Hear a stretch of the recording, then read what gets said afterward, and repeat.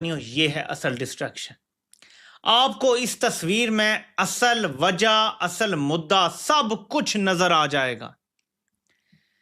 اس میں D G M آئی بھی کھڑا ہے، اس میں فیلڈ مارشل بھی ہے، اس میں شہباز بھی ہے، اس میں اسحاق بھی ہے، اس میں پیچھے دیکھیں تو جام کمال بھی ہے، اور آپ کو بہت سارے حنیف عباسی اور بہت سارے بندے نظر آ رہے ہیں. وزیر خزانہ بھی نظر آ رہا ہے. پاکستان میں سونے تانبے کی تلاش میں بڑی پیش رفت، حکومت اور امریکی کمپنیوں میں 2 معاہدوں پر دستخط.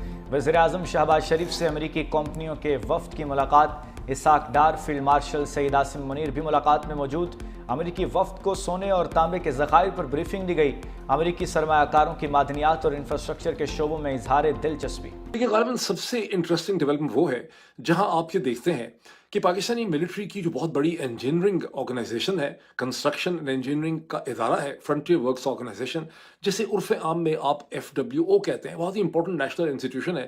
اس نے امریکہ کی ایک relatively unknown company United States Strategic Metal USSM کے ساتھ ایک $500 ملین کا MOU سائن کیا ہے. اس تصویر کو ذہن میں رکھیے گا، ساری کہانی اسی کی ہے. پاکستان امریکی کمپنی کے ساتھ معدنیات کا سودے کا MOU سائن کرتا ہے. جس MOU کے تحت یہ یونائٹڈ اسٹیٹس اسٹریٹجک میٹل جو ہے، یہ پاکستان میں ریئر منرل، ریئر ارتھ میٹلز کی ایکسپلوریشن کے لیے، ان کو ڈھونڈنے کے لیے $500 ملین کی انویسٹمنٹ کرے گی. اس MOU میں کیا ہے، یہ سودا کیا ہے، وہ معدنیات کس خاص جگہ پر ہیں، کسی کو کچھ پتہ نہیں ہے.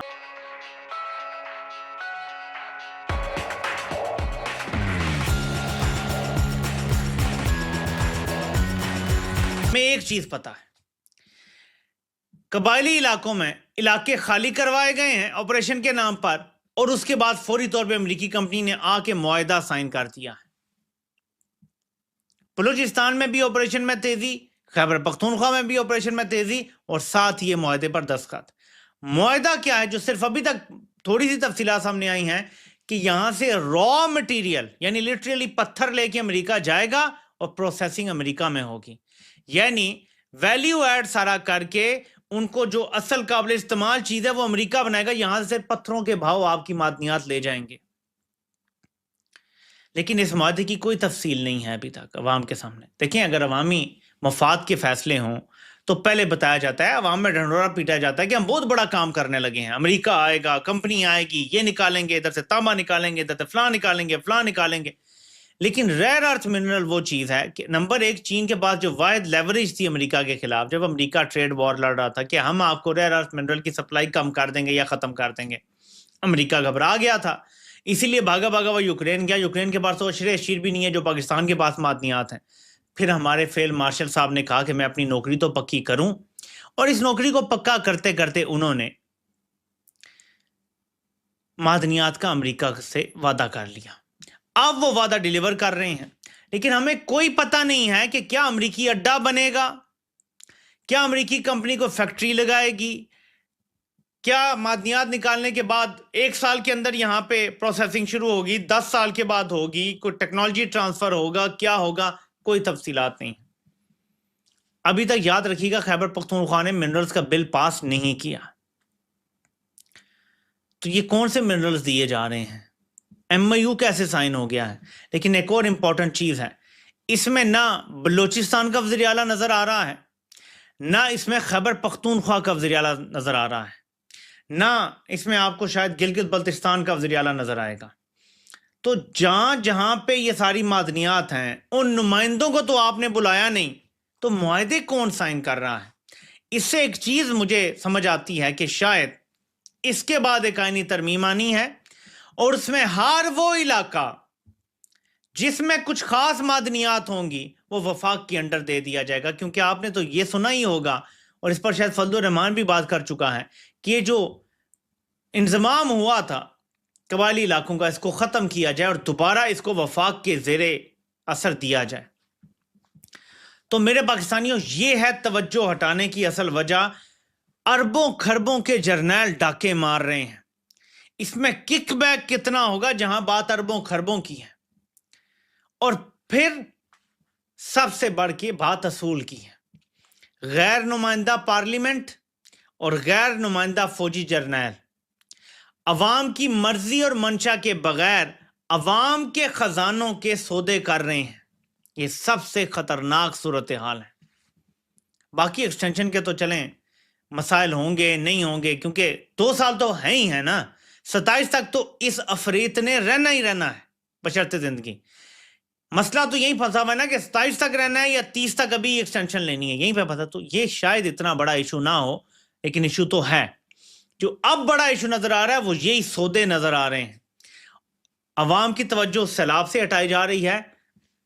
انبلیویبل تباہی ہوئی ہے اور اتنی زیادہ ہے کہ آپ تصور نہیں کر سکتے، اور ابھی جاری ہے.